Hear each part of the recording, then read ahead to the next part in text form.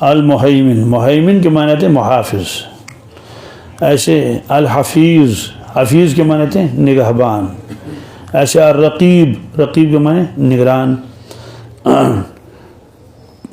تقریباً یہ ہم معنی ہیں یہ تینوں نام مبارک۔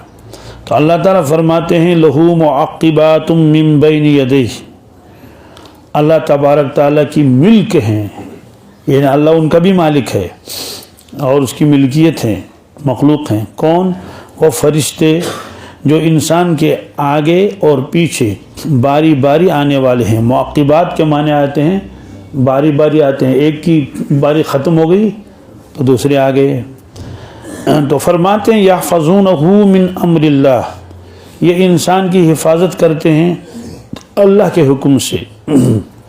پھر حدیث پاک میں اس کی تشریح ہے، وہ یہ ہے کہ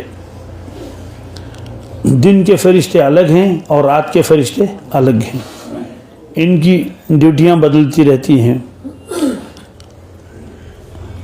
ان کی ڈیوٹی کب بدلتی ہے؟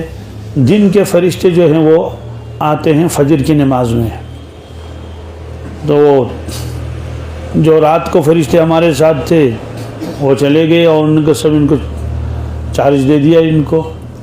تو جو فرشتے صبح ہمارے پاس آئے فجر کے وقت، اب ہمارے ساتھ رہیں گے عصر کے وقت تک۔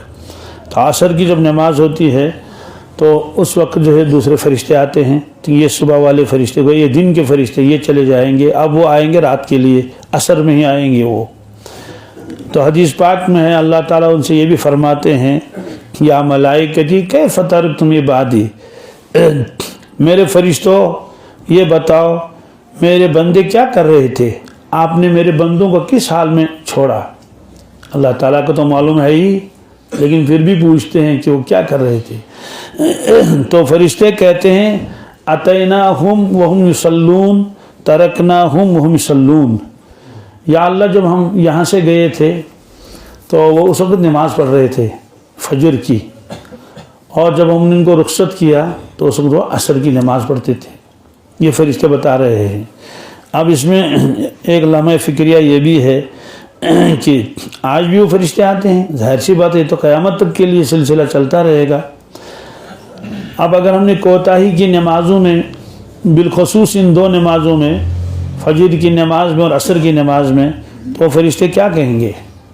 ظاہر سی بات ہے وہ تو جھوٹ نہیں کہیں گے، نعوذ باللہ من ذالک، تو وہ تو یہی کہیں گے کہ جو ہم کر رہے ہوں گے کہ اتیناہم وہم نائمون، یا اللہ جب ہم ان کے پاس پہنچے تھے وہ سو رہے تھے فجر میں، اس لیے کہ 5% 10% مسلمان تو نماز پڑھتے ہیں، باقی تو سوتے رہتے ہیں، کچھ تو پڑھتے ہی نہیں، اور کچھ جو ہے وہ جب بیدار ہو جائیں گے، کوئی 8 بجے کوئی 9 بجے، تو جب اٹھے وہ نماز پڑھ لے گا، تو وہ یہی کہیں گے۔ اور عصر کا وقت جو اگر وہ سونے کا وقت نہیں ہے لیکن وہ مشغولیات کا وقت ہے، اور تو کیا کہیں گے؟ ترکناہم ہم یلعبون، یا اللہ جب ہم نے ان کو رخصت کیا تو وہ کھیل رہے تھے، یا کہ وہ کام کرتے دنیا کے کام، یہ وہ فرشتے کہیں گے۔ اس لیے بہت اس کی فکر کرنی چاہیے کہ یہ دو نمازیں ہمارے ہاتھوں سے نکل نہ جائیں۔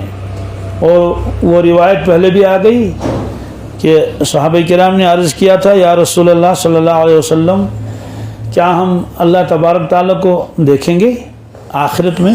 آپ نے فرمایا ہاں، انکم سترون ربکم کما ترون لیلۃ البدر، ضرور آپ اللہ تبارک تعالیٰ کو دیکھیں گے جیسے دنیا میں آپ 14ویں رات کے چاند کو دیکھتے ہیں۔